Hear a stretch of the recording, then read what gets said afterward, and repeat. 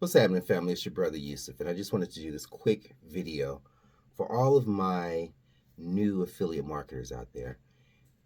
There's a lot of talk about picking the correct niche, about finding your correct niche. So I just wanted to do this video about some steps that you can take in order to effectively find a niche that's going to fit you. Uh, so the first thing that you want to do, first thing that I would recommend doing if you're a new affiliate marketer, is you kind of want to sit down and identify your interests and your passions. In other words, when you are promoting something that you're passionate about, when you're promoting something that you're knowledgeable about, you're going to be that much more uh, influential in your speech. In other words, I'm a big technology person. I've been involved in technology, man, since the AOL days. So because technology is a part of my background, I'm able to speak to um, all of the things that I promote that are technology related. Another thing that I've always been interested in is silver and gold. So if you follow the channel, if you've taken a look at some of my other videos, you'll see that a lot of what I promote is silver and gold related. So again, if you when you're just getting started and you're trying to figure out what your niche is going to be, you want to start by figuring out what your interests and your hobbies and things that your passions are, because that's going to allow you to find a niche that's going to really allow you to focus and allow you to be passionate about what you're speaking about. Um, Again, as an example, when you're writing down your passions, I recommend that you start broad and kind of narrow it down as you work your way through it. What do I mean by that? So I mentioned that I'm a big um, tech geek. So technology is a wide niche. In other words, technology can encompass everything from software to computers to crypto to AI and everything in between. And those are the things that I'm actually interested in. So when I post something about crypto, it's not out of the way because I'm a technophile. So again, you want to start with your broad interest. In other words, you may be interested in pets, you may be interested in dogs, you may be interested in cars, whatever it is. Start broad, and then you can work your way down, and that will allow you to tweak and not only tweak but to adjust and move as trends change. In other words, again, with technology right now, AI, and probably for the next several years, AI and cryptocurrency are big hot buttons in the technology arena. So for the next several years, I'm not going to have an issue creating content um, around cryptocurrency and around AI. So that's the first thing. Identify your interests and your passions. Second thing is you want to research the market demand for the particular niche that you are looking at. So what I mean, although you may be interested in a particular thing, that doesn't mean that millions of people are. So as an example, you can use tools like Google Trends, keyword research tools, and social media platforms to gauge the popularity of your niche.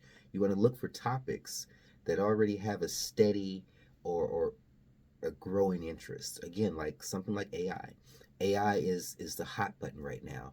Um, all of your influencers, your coaches, everybody's, oh, AI is changing my business. And don't get me wrong, it has literally changed my business.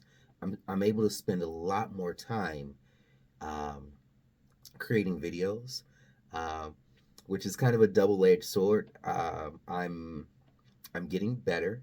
I don't do any editing yet. I haven't made it that far in my video journey. So what you get is basically the raw, uncut upload. So it is what it is, family. Um, After researching your market demands, you want to basically analyze your competition. So while some competition is healthy, too much competition can make it too hard for you to stand out. So you don't want to get into a niche that's basically oversaturated with a ton of gurus. Um, Again, that's going to make it kind of hard for you to break in and establish yourself in that particular community. The next thing you want to do is you want to consider the profitability of your particular niche. So, not all niches are equally profitable. Research affiliate programs related to your niche and evaluate their commission rates and product prices. In other words, as an example, um, again, technology.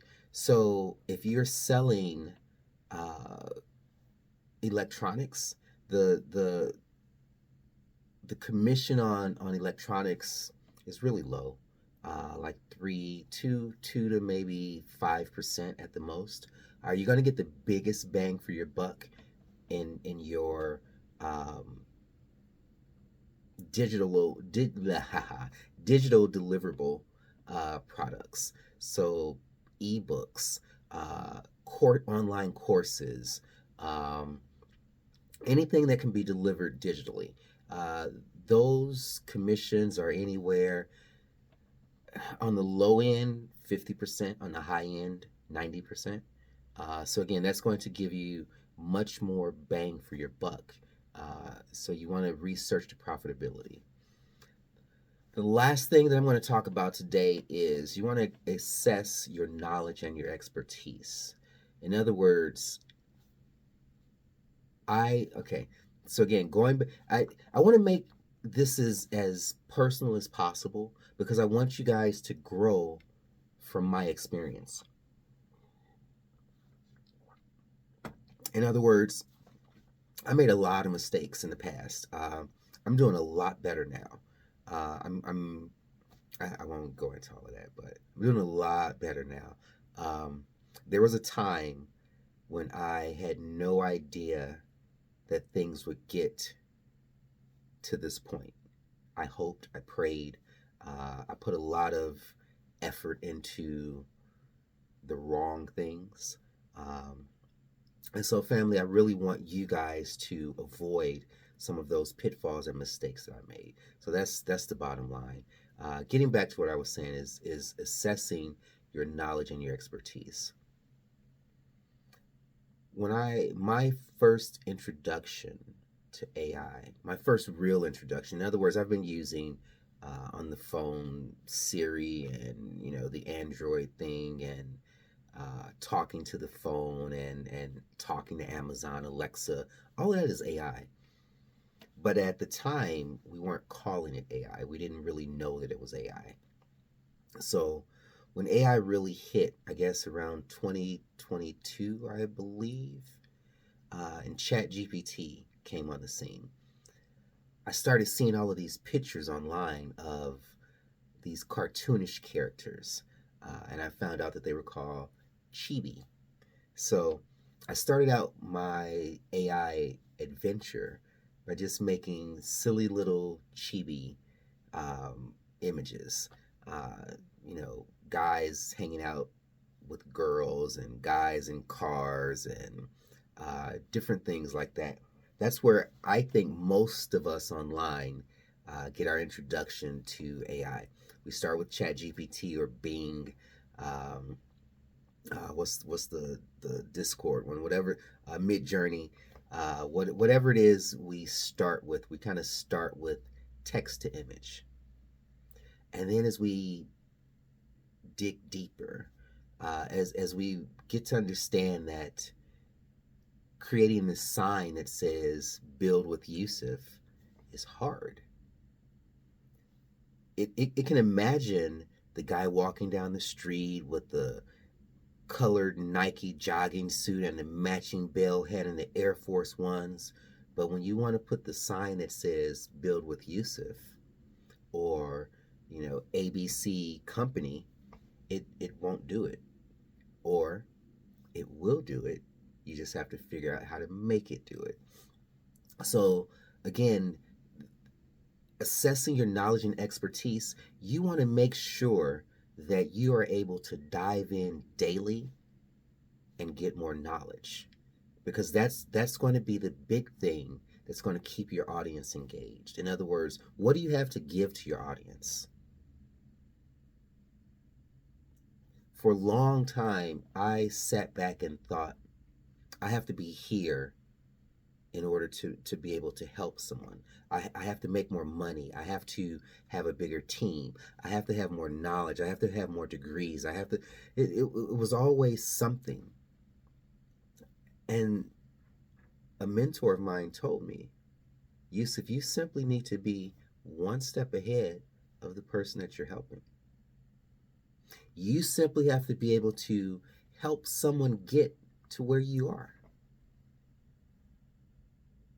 Add a zero at a time.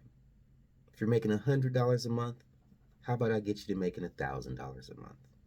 If you're making $1,000 a month, how about I show you how to make $10,000 a month? If you're already making $10,000 a month, how about I help you make $100,000 a month? One step at a time, family. So if you have not had your first $10,000 a month in affiliate marketing, you owe it to yourself. You owe it to me. You owe it to your family. Follow this channel. Like, subscribe, share. We're going to be coming back with some awesome information. I'm putting it all together. Well, one last thing really quickly as an aside. Ultimately, family, you want to be able to step away from what it is you're doing, and you want to be able to have your team duplicate what you're doing. That means you need to document what's working, what's not working. You need to put together SOPs, standard operating procedures, so that you can simply hand this to your team. You can hand it off to your editor. You can hand it off to who. The goal is for you to do as little as possible. This is about time freedom. I got into this to spend more time with my daughter and my wife. What about you? Why did you get into this? All of us wanted to make more money. Now that you're making the money, how are you going to spend your time? What's actually important to you? Is it the new car? Is it paying the bills? Is it putting the kids through college? Figure out what's important to you, family, and then never stop until you reach it. I'm here to help. Holla at your boy. Peace.